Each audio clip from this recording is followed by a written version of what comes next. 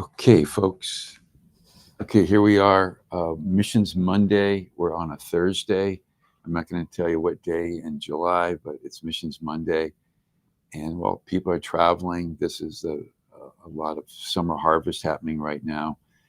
And so we're recording this. And I have here today the Normans. This is Phil and Cynthia Norman.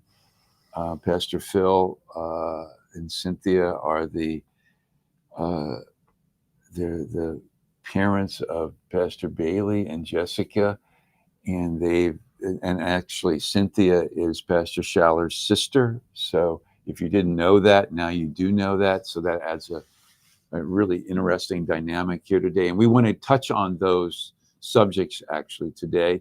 We want to touch on family life in the church. We want to talk about having a son as a pastor, having your brother as the pastor.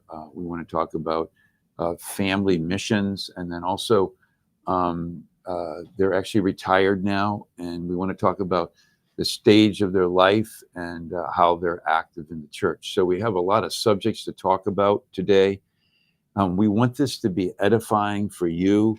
That's our goal, to touch people's lives, to give perspective so that we continue as people with a heart after God. Maybe this will help somebody get over or answer a question that you have, or get over a difficult situation in your life, or give you a perspective of ministry.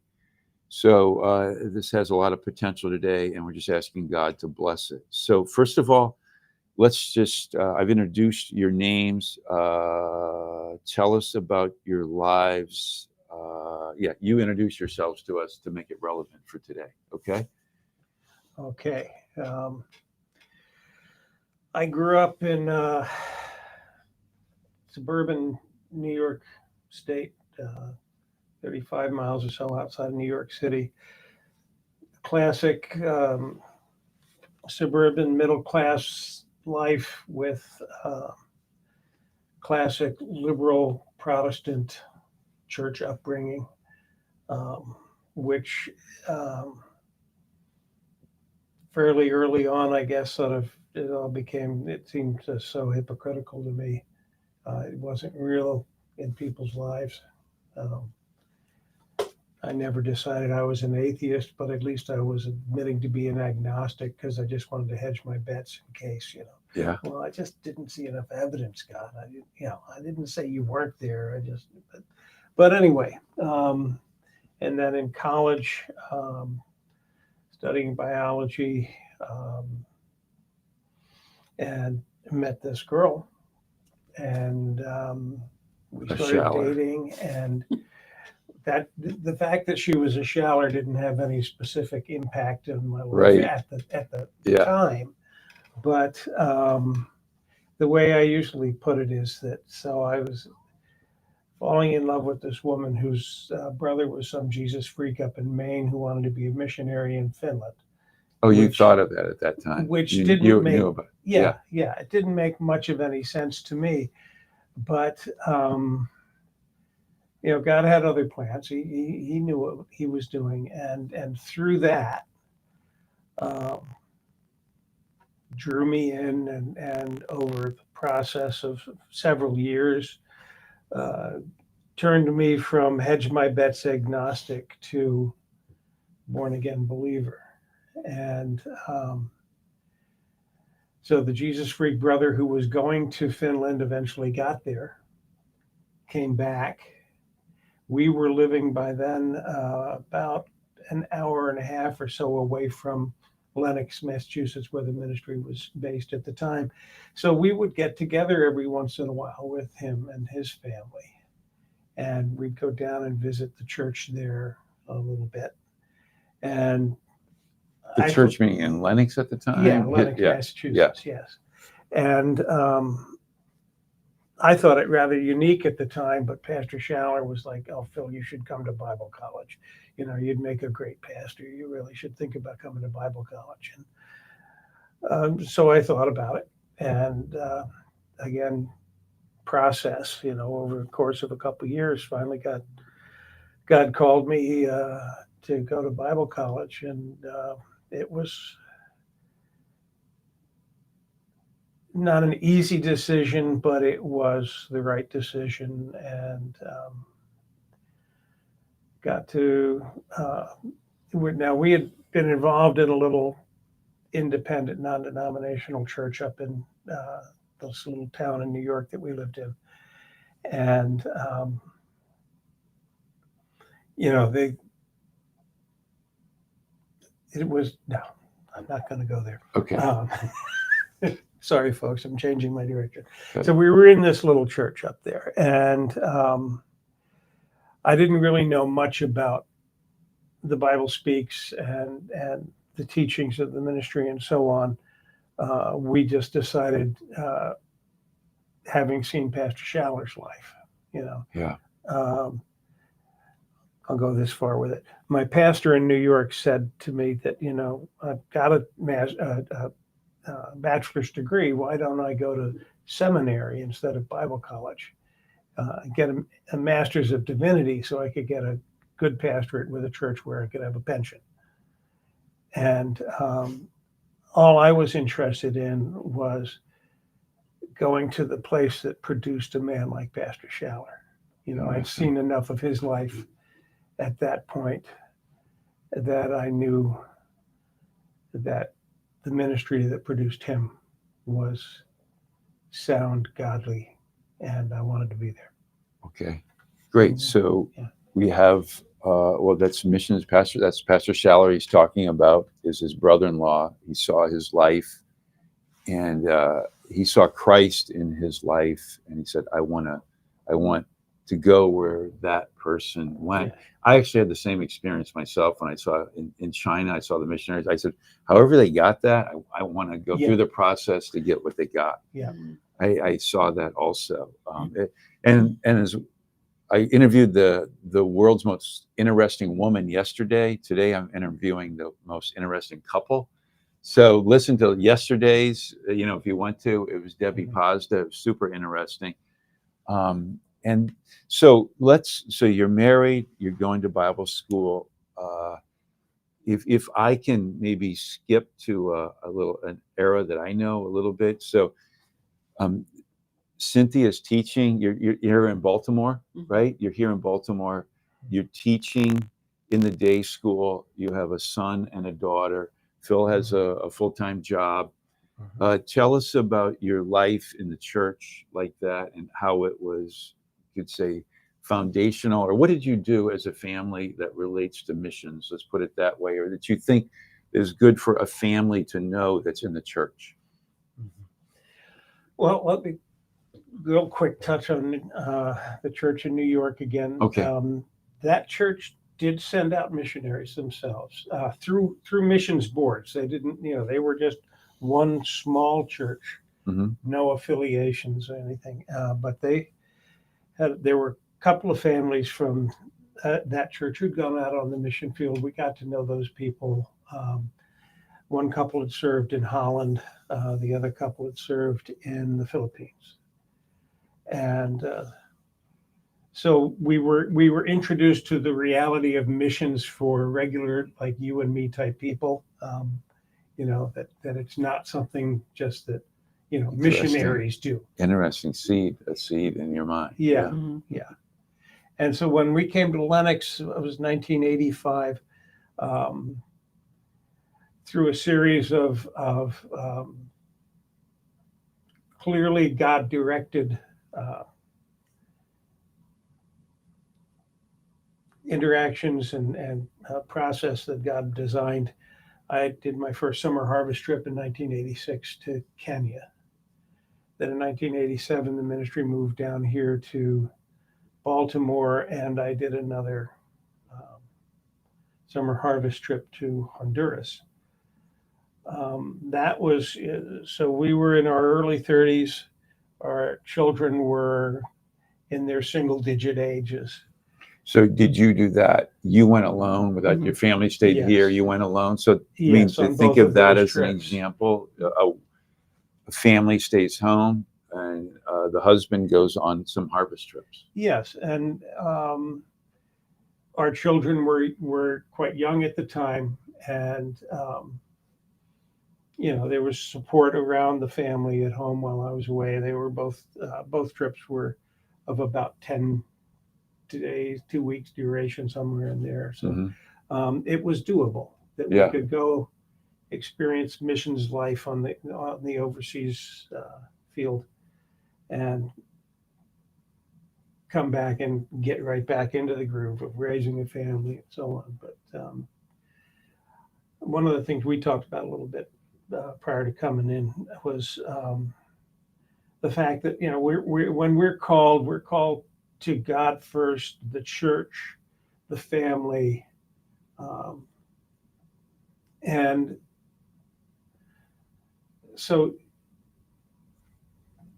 sometimes we, because these were short-term trips, we could do them, but very rarely do people get called like Pastor Schaller did to go extensively overseas while his family was home without him.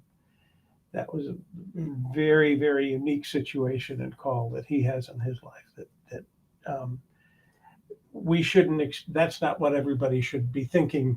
Missions life should be. Right. Right. Okay. So you have this example in front of you. It's Pastor Schaller. He's going with his family, going for big chunks of time with his family. But you guys had a plan. I want to talk about it. You guys had a plan as a family, right? Yeah. Tell us about that plan, what you wanted to do as a family. Well, let's just sort of fast forward a little bit from where we left off. After I got back from Honduras, 1987, we really, overseas travel was not a part of our picture. Right. Up until 1997, really. There was the team established in Hungary. They had a Christian day school, English language school in Hungary. And the children are now in high school instead of single digit ages, elementary school. And we decided as a family that this was something that we both could do and should do, to go overseas as a family, experience missions life. Because the day school existed in Budapest, we could both earn a living. We both taught in the day school there, and we could have our children's needs provided for. We had English language, American type education available for our kids. And I think an important point to make at this juncture is that our kids were the ones that initiated it. Oh, Because my daughter, it was her junior year in high school, and she had figured out, like, this is the year it's got to happen. This is the last possible. This is Jessica's doing. Jessica, because she wanted to be back here for her senior year. Mhm. She'd been with the same children all the way through school. And I think she and Bailey had figured that out, had a little consult, because one night at dinner, they brought it up. And they were like, you realize we said we would go as a family. They challenged us. Yeah. And we were like, ooh, we did say we would do that. Yeah, neat. And they had watched their cousins come and go. Yeah. And to them, it looked very interesting. Yeah. And compelling. Yeah. So we had to say, we said we would do it. Yeah. So There you go, Bethany and Amy. You caused people to go on the mission That's field. right. Okay. That's right. Wow. If I could just insert real quick here. That's neat. Many people know our son Bailey. He's the pastor in Yeah. Marlborough, Massachusetts now. His wife is Jessica, but our daughter is Jessica Smith. Oh, right. She's here in Baltimore. Right. She's a part of the Yeah. church here. Her husband, Right. Rob, plays in the band. So when we talk about Bailey and Jessica, we're talking about Bailey and Jessica Norman prior to Siblings. their marriages. Yes, Yes. right. Okay. Siblings. Okay, Yeah. good. The siblings, yeah. Good. And you said you had you had the ability to support yourself. You could work in the church. Yes. You found a way to do it. Okay, so tell me what stands out in your mind. How did that affect your family? Or how did that affect you guys? Or what was the good that came out of that? It was terrifying. Terrifying. Well, yeah, when we got to Budapest, my kids realized they had complete autonomy. They had their transit card. They could be anywhere in 10 minutes. Yeah. And living here in America, they were in bubble wrap. That's how they referred to their lives here. Yeah. That we had them in bubble wrap. And that, we controlled. We lived in Bel Air, so we drove them everywhere they needed to go. And we always knew where they were. And then you have two teenagers running around Budapest. with a whole bunch of other teenagers. Yeah. And that was pretty wild. Okay. So just to let go. Yeah. And trust. Also, another major transition for us that we had to adjust to was the fact that for many years, Cynthia's teaching in the day school, driving the kids with her to the school in the morning, driving them home with her in the evening. I'm working my job, going to Bible college at night.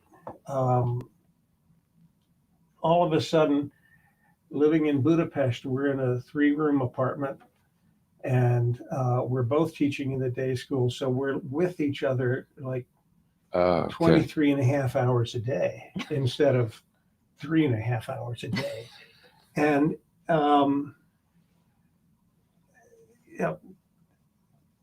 I don't want to make it sound like it was catastrophic or anything. It certainly wasn't, but there was a lot of adjusting that we'd have to do. Our lives in many ways had been operating on a different set of parameters. And all of a sudden that changing of almost everything was an adjustment. I'll leave it there. So it had its good and bad. Let's like take it there and say, okay, so you took a step of faith and you didn't know what you were actually getting into or what the challenges would be, right? Certainly. And you discovered there were a lot more challenges than you even imagined, or they surprised you.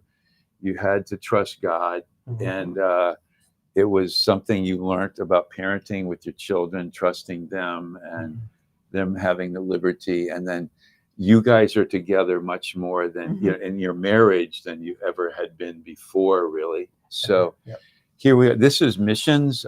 You don't know what's going to happen, but lo, I am with you to the ends of the earth. Like, you discover Christ, you discover the provisions of God. He's perfect for that situation also. That's the beauty of this. We hazard our life, and before we go, we say God is faithful, and we discover God's faithfulness in new areas of our life. Yes, there's times and new ways to be dependent on him. New ways to be. You got broken, right? Over and over. Yeah, because I think when you leave, the one thing about leaving your culture is that all those assumptions are gone. And you really are walking by faith in a way you've never had to before. And those comfort zones are gone. Beautiful. If I can do a quick little devotional thought here. You can. Hebrews 11:1. Faith is the substance of things hoped for. Evidence of things not yet seen. Substance, the Greek word is hypostasis.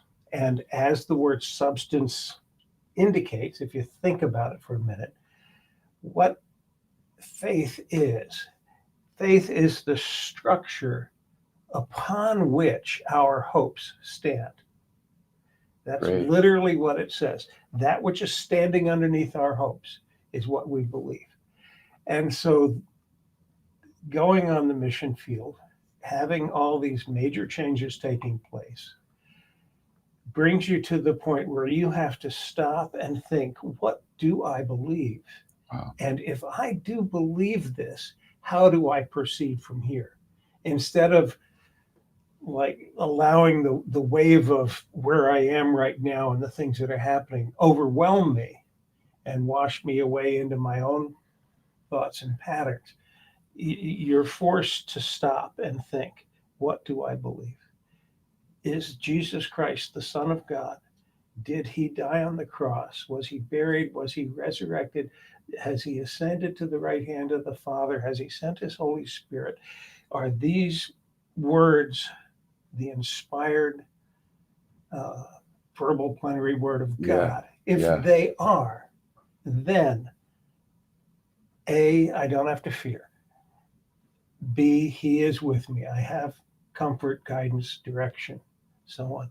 And, all those things are challenged, and you learn how to walk forward in faith. Right. So, And it's a great thing. so you're a minister, and your world is shaken, and you go back to what you're ministering, the gospel. Yes. And the gospel is what sustains you. And now you actually have a message. You have, the trial of your faith becomes your message because you've discovered Christ in your message. So by the challenge of going over there from your kids, you can see what it has the potential to produce, and just take that, who's ever listening, think about that, taking that into your own life, of leaving the parameters of security, and you're going to trust where you're going to trust God. Like, when we're going to go in the city tonight, and it's on my heart, it's heavy on my heart, I'm trusting God, and the message that I'm living by right now is actually the message I'm taking to these people right there. And it God refines the message in your hearts when you go on a mission, so that you have a message for the people. Yeah, that's beautiful. I want to go on to I want to go on to this. Just, you guys as a married couple, you're retired. How do you strengthen, encourage? How do you have that dynamic be, you could say, that dynamic be spiritually dynamic? You know what I mean? In your lives now, what do you do? You have a ministry. Tell us what you do. Tell us what we do in terms of ministry, or what we do as a couple. I mean, do you talk to each other about important things? Do you go out and do things? Like, what stirs you up? How do you use your partner for encouragement? Like, things like that. What do you look for? Yeah, I think one of the things we do. Is that in this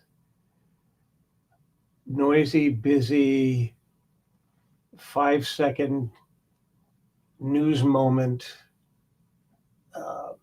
newspeak crazy world that we live in, Cynthia and I like to be together and quiet and not speaking, and maybe we're reading. It sounds so dull. Walk the dog. It sounds so dull, but the reality of it is that we have a place of peace and calm within our marriage. That Beautiful. allows us to. Wow, it's a gift. And we can sort out some of the other stuff. From that place. Neat. So there's times that we spend together, and then we also have our separate things that we do, which I think is important. Like, we're not together 24/7. Okay, interesting. Like, Phil does things. He has set his schedule. Certain times of the week, he's doing other activities, and then together we work at the food bank. That's kind of our common ministry that we do together. And then we go to staff meeting together. Yep, I see you there. And Tuesday can be a day where we're ministering to someone in the church, visiting people, either together or separately, depending. Then I belong to a community Bible study in Timonium. It's all women. Hmm. I do that once a week, and that's like outreach for me. It's women from all over the Baltimore community, church communities from different churches, but it's really an outreach. It's amazing how you connect with people there. And then on Thursday, I work at this place called Choose Hope, which is a women's health center in Edgewood. And I'm a volunteer there, and I work with women who find themselves unexpectedly pregnant and are in crisis. Hmm. So, and that's again another larger Christian community that I'm a part of.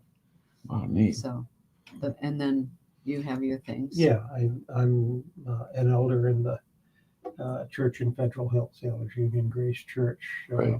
I'll be down there tonight leading a Bible study. Um, So you guys are part of the Fed Hill Church on Sunday morning. I am. You are, yeah, you are. We yeah. were together. We really since about the time that we got the building, and there was Yeah. renovation and so on. That Yeah. it was years before we occupied it, but we were working together with Pastor Justin and the team there, and then a little over a year ago, with things that were happening here in Greater Grace, or around Greater Grace, Cynthia decided she was called to be back home. Yeah. Counted in amongst the people here. Yeah. Mhm. And, so that's become, something that I'm doing. That's a beautiful dynamic. Cynthia's, Cynthia, you're with, people outside of our church Mhm. and Christian Yeah. ministry into two other circles, you could say.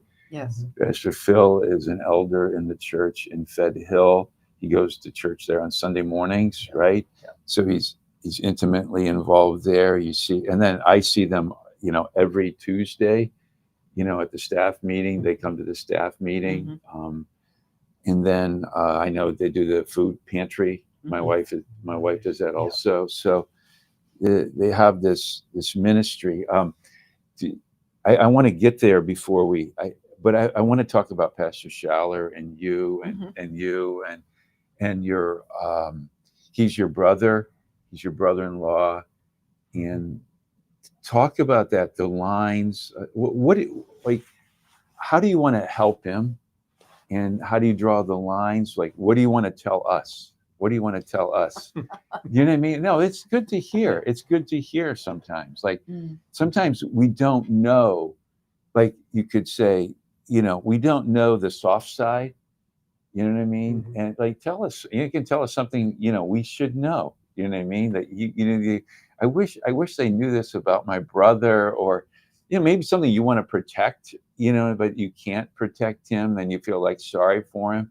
Do you get hurt? Do you know what I mean? You say, "Oh no, they're ganging up on my brother," or I could imagine that. Like you as a sister, or you recognize when he's weak and maybe nobody else does, or him like that. And Yeah. so tell us about that a little bit if you want to, or what's edifying, or we have you here once, and so I'm asking you. Okay. Well, I would say he's very capable. Yeah. I can get angry when I hear things that are not right, Mm-hmm. that are said about him. But I can't. I just keep quiet, because there's no way, if people have that critical spirit, there's no Yeah. way, and they're going to be corrected by me. Yeah. Right. Right. I've had people make comments to me, not knowing Yeah. that I was Tom's sister. And I just say, like, look at this face. Like, can you not see who I am? Yeah. Because I think we look a lot Yeah. alike. Yeah. But I feel that he's very able to handle Yeah. Wow. pretty much whatever Yeah. comes. Yeah. But I do I can sense sometimes when he's tired or feeling weak or Yeah. feeling sad. You know, Sure. we had a few weeks ago, we had a good time talking outside after, I think, a staff meeting or something. Yeah. And it's rare. I don't see him since he became the pastor here. Mhm. We don't have those talks and times like we used to. Yeah. But I feel like he's fine. Yeah. You know, he's a fighter Yeah. and it's a righteous fight. Yeah. And I feel that God is with him. He's God's man. Yeah. And I sense that Right. he'll be okay. Yeah. But I just can't get too sentimental about it. Yeah. I was. You know? I was wondering how you do that. Yeah. I was wondering how you do that. It's. You know. I go home and he's not my brother. You know what I mean? But he's still Yeah. your brother. He's your Yeah. brother. And Yeah. so I was wondering how you draw those lines. You know what I mean? And it's your church. It's not your brother's church. It's your Right. church. Right. And It is very complicated. Yeah. Because it's my church, it's my ministry, and then it's my blood relative who's got the arrows sticking out all over. Yeah. You know, or the newspaper articles, or, you know, the outlandish things that people say, you know, accusations that come. But it's part of the battle. Yeah. Like there's God's work and there's the work of the devil, and he's right there. Mm-hmm. And Tom seems quite familiar with that Yeah. arrangement. Yeah. Yeah. He's Yeah. had it, but it is very personal. Yeah. I can imagine. You know. But I mean, when he's preaching, and I can tell when he's going to get funny. Usually, you know, I Yeah. get the joke, and Yeah. I enjoy his humor. Yeah. You laugh You know, at it. Yeah, and I laugh. Yeah. And I enjoy seeing people love him. Yeah. You Yeah. know, at the door, I could just watch people hug him. You know, Yeah. when he's talking Yeah. to people. Wow. It's just think about. I mean, well, one is the reason I wanted to bring this up today is because we have a lot of relationships similar to this. Maybe not Mhm. quite as close, but you know, families related to somebody that's ministering. So you just can get a perspective of that, and then like what you said, to see people be loved, Mhm. to see people care for him, Mhm. to care for somebody, like that just speaks, right? Yes. For somebody to care for Yes. for your pastor, somebody that's got the arrows in them. It's like not to be ashamed of someone's chains. You know what I mean? Right. It's just you know, it happens when you minister, and no matter what level of ministry you're at, not to be ashamed of someone else's chains. You know what someone has to go through. It's beautiful. Yes. Right. And another aspect, you talked about dynamics earlier, and there's a dynamic involved here too. You know, when Pastor Schaller gets into the pulpit, he's our pastor. Mm-hmm. You know, maybe he says something funny, or he does something, you know, a gesture or something that reminds us, you know, that we know because we're family. But you know, he is speaking for God, to God's, you know, Christ's body, Right. and we right, are members of that Right. body. Right. And so, you know, there are aspects of our relationship to him which are exactly the same as any other member of the Right. church body, or Yeah. should be. You know, and I usually, when I'm available, when I can on Saturday mornings, I usually go on outreach with him. Mhm. We usually visit some people in the church, new visitors, or people who've been sick or something like that. There's usually a couple of visits, and we do some evangelizing. Pastor Randy Rollins, Pastor Stuart Gorham. Right. You know, there's a number of us that usually go together on Saturday mornings. So that's in that sort of somewhat less formal but still ministry type of thing. I'm always very careful. It's, you know, he's Pastor Schaller when I'm talking to people. Yeah. And, Yeah. and you know, when he and I are sitting in the living room, which is again very rare that we have those times, but when we have them, he can just be my brother-in-law, and we can just relate to each other as family. And there's a certain separation, compartmentalization, maybe that we do to preserve the sanctity of the pastoral relationship when we're in a public venue or when we're operating in ministry, but also to preserve the family relationship when we're relating as family. People sometimes come up to us and they expect us to know exactly when he's coming back, what flight is he on when he's coming back from a trip or something like that, and we're usually not involved in that process. Ask Jen Lynch, I guess, if you want to know that information.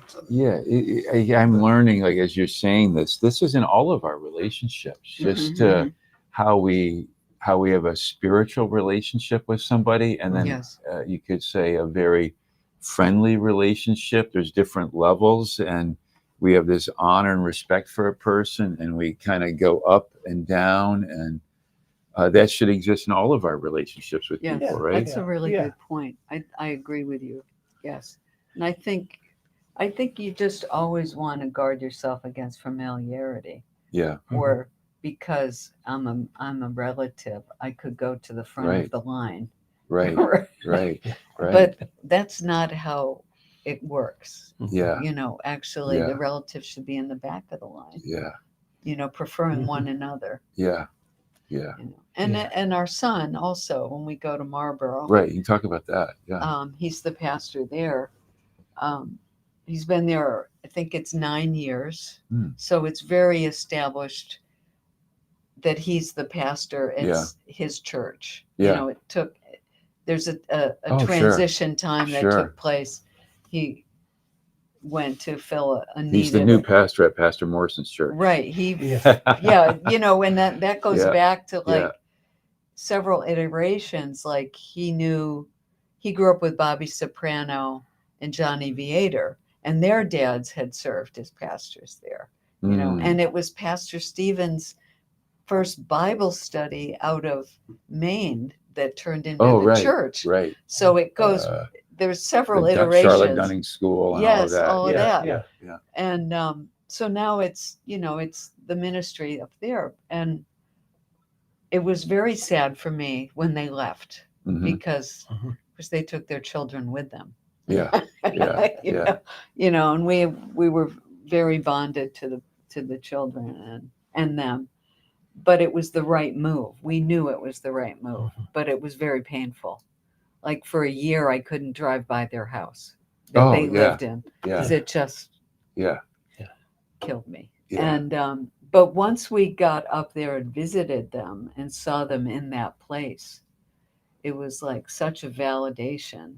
It was like, this is where they belong. Wow. Good. And we'll figure out how to be a family. And it's different because they're further away. Right. But he's definitely the man of God. Amen. His office is this place up there. We don't just go in there and flop down on the couch and hang out. It's everything is, you just need to keep things in order in your mind. The right boundaries. The boundaries, Sure. Yeah. Tell us about Bailey's life, just Pastor Bailey's. No, about the part that you put men around him. Remember you were saying that? Just explain that maybe, just so. Should I start with my dictionary? You can if you want to. Yeah. I was saying earlier that in the as yet unpublished Phil Norman Illustrated Dictionary, under the entry for grace, you see a picture of my children because they are not of our production or manufacture, nor are they something that we deserved or earned or were given to us as part of some grand deal with God in any way. God gave us these two children that he gave us, and he gave us the grace to raise them, and we were stewards of those children and of that grace, and they have become who they are. And there's no secret formula as to, what we did to make Pastor Bailey Norman. Or Jessica Smith. Or Jessica Smith, exactly. They are both the product not only of their upbringing by their parents, but of the school they attended, their friends, the others around them. We mentioned specifically, and you were indicating, Bailey, when he decided to go forward with God, he intentionally surrounded himself or attached himself to very godly men. Okay, well, maybe we say it like this. He allowed those people to be in his life. You know what I mean? Yeah. He pursued the relationship. Did he with pursue them. it? Yeah. He pursued a relationship Yeah. with them. Yes. Wow, Yeah. interesting. Okay. Yes. Yeah. And so their influence on his life. It's just so if people are listening, so like Yeah. Bailey's job was a godly man, Mike Williams. Yes. He had Pastor Shibley, who was leading a ministry in Silver Spring. He joined him. Yes. He started to put men like that around. He went to South Africa. He went to South Africa. Pastor lived Manny. with Manny and Molly. Okay. And then he was in Zambia and he lived with Ronaldo Brown. Okay. And Adam Speedy. Okay. Yeah. And in the neighborhood where we lived in Bel Air, Pastor Barry Quirk was just around the corner. Yep. And then brother. also throughout all the years that we were here in Baltimore and the kids were growing up, we never lived more than across the street from the Shallers.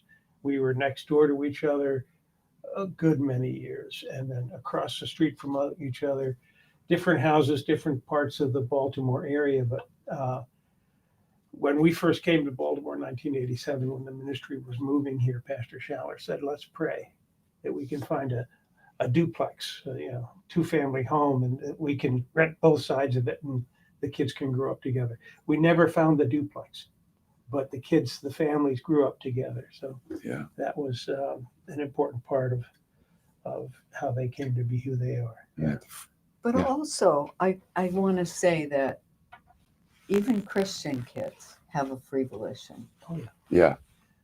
Like we have this sense, I think you can have a sense in the church that if you raise your kids in the church and you do all the right things as a parent, it's going to work out this way. But for the free volitional choice of every child. Right. And Right. Right. And it's painful as parents to watch, and it's scary. Yeah. But I kind of liken it to like when Jesus ascended, he left the disciples alone until the Holy Spirit came. And we have no record of what went on.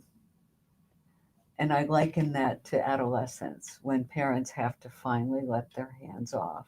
Yeah. And just hope and pray that their kids find God. And we don't know what happened to the disciples in those days. No.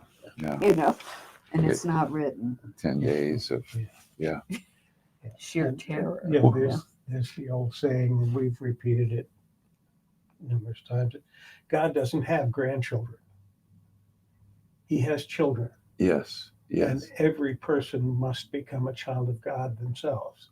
Yes, you right. Don't become one because your right. parents It's, are. Yes. Yes, you might be exposed to Yeah. more Christian things because your parents are Christians. But each one is making their own choices and responding to God as they will. Right. So as a parent, you should say, we can't protect them against using their free volition, and we shouldn't be so naive to think that, and like insulating ourselves from thinking like we can control them to the end. And that's like a big mistake. I'm sure it's a big mistake parents can make. Or I want to ask you one question. Remember you spoke about liberty in the church? I don't liberty in the church. You spoke about your kids. You were teaching 5 days a week. You're at church with the kids.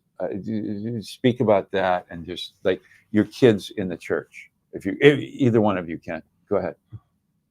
It was a rigorous schedule. We lived, Cynthia was teaching. yeah, I was Okay. teaching full time. Okay. I was in front of probably 76 kids every day, different grade levels. It was a heavy workload just to be prepared for one day, the next day. And then kids had sports. They wanted to be involved in things that meant we had to drive them there and stay there. Then there was the laundry, the house, the life, all of it. It was a lot to do, but it was great. It was a great way to live. Yeah. And then we were in church, and we had one night a week where we were home as a family.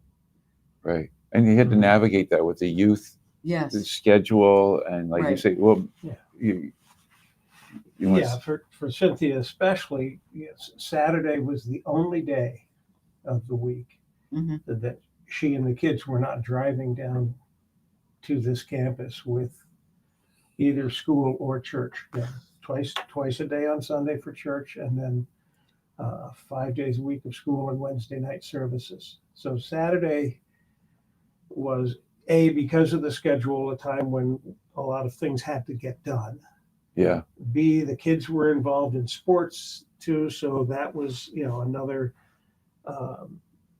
opportunity or another requirement, whatever. We had to be a part of that. Obligation, whatever. Yeah, obligation. Yeah.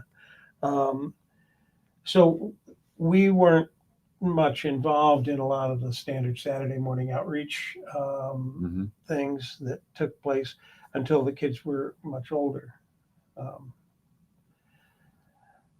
But it would have been 7 days a week. Yeah, yeah. So in other words, the kids didn't go to the youth event Not on so Saturday much. night, not so No. much. No. The parents were, you could say, secure and fine with that. They knew the decision they were making. Well, we did want to raise our children. You wanted to raise their children. Yeah. It's Just a family done. it's It a was fa- like yeah. the day to be a family. Yeah. I just Yeah. like, Yeah. and what was wrong with that? Nothing. Nothing. Yeah. Nothing. And although scattered around different parts of the Baltimore area, the church was our community. We Yeah. lived in Yeah. a little town. We lived in a neighborhood, a subdivision with lots of other families and so on there. But that was pretty much the place where we ate and slept. Yeah.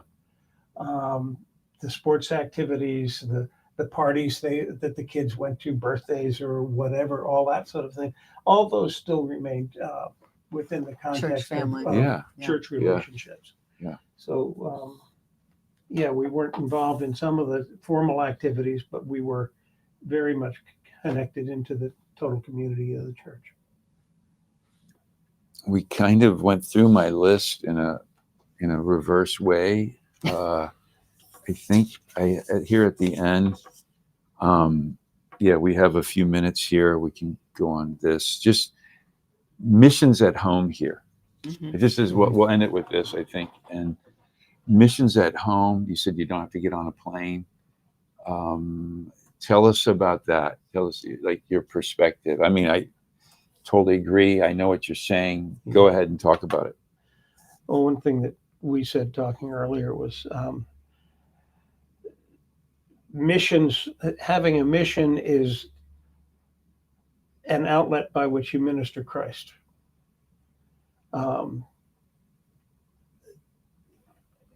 Missions does not mean thousands of miles or necessarily next door either. Missions is what God calls us to individually, and it can change over time. So, what we do if we go out on the mission field. When we went to Hungary, we were still the same people. Just Yeah. like all the stuff that we packed in our bags when we left. When we got there, it all came out the same stuff. We Yeah. were the same stuff. Yeah. And so if you just do it, you minister Christ. Yeah. Yeah. It's just as you're talking, like, okay, this is a normal family. They've raised children. It's a healthy couple, a healthy family. Fortunate for the decisions that your kids have made. This is like I don't want to say a model, but it's the foundations of the truths that you believed work. And if a family is like, and this is Missions Monday, but just the aspect of ministry of the church, of the priorities that you fought for in the church were very valuable to you, and they still are. And your kids, growing up, and the household just becoming you two, you still have purpose because of the priorities of God. You can obviously see that. What I mean? You both do your different ministries. This is it's just a great example of a healthy family, if we could say that. I mean, not to put something on a pedestal, but I mean, if somebody sees this, and whether it's from ministry, the thinking of the family, taking the risk and listening to the kids, like, and going on the mission field like they said they would, taking that risk, like, these things are healthy. And do they regret them today? No, they don't. You know what I mean? And this is church life, missions, it's sacrifices, but it's created life inside of you. Like they said, they found Christ on the mission field. This is what missions actually does. And I guess, like, from what we're saying today, there's nothing wrong with this. This is normal, and the result is healthy. And look at the foundation that they have. The foundation wasn't their family; it was actually God. And you can see what happens here. Yeah. So we've been alone almost for 20 years. 20 We've been years. empty nesters. Yeah. Okay, so We had to figure it out. yeah, You know, yeah, and yeah. then, while still working, and then now we're retired. Yeah, Yeah. Thankfully. I mean, I didn't know we'd ever retire. Yeah. I thought I was going to have to ask if I could leave early on the day of my funeral. Oh, okay, yeah. I thought I would just be working. So we're blessed. Blessed. We're blessed Yeah, that absolutely. we have the health, and our needs are met, so we are free to do other things. Yeah. It's great. Something I like to tell people. When we first moved to Baltimore, there was a man here who was singing a song every once in a while in the church, the chorus of which was a line from Psalm 37. I have been young and now I'm old, yet I have never seen the righteous forsaken, nor his seed begging for bread. And when I was 32 years old and we moved to Baltimore, I thought that was a great theological concept. I agreed with the concept wholeheartedly. But now, as I'm, on the eve of 70, I've never seen the righteous forsaken. I've never seen his seed beg for bread. That's the truth of it. Amen.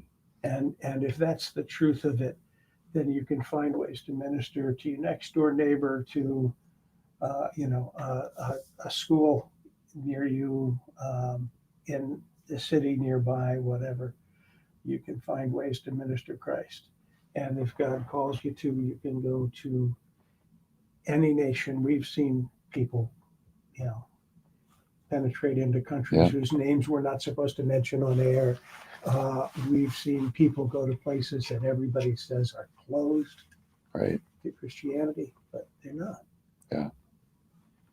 Amen. Well, we had a diverse conversation there. It was a lot of really practical things for a family.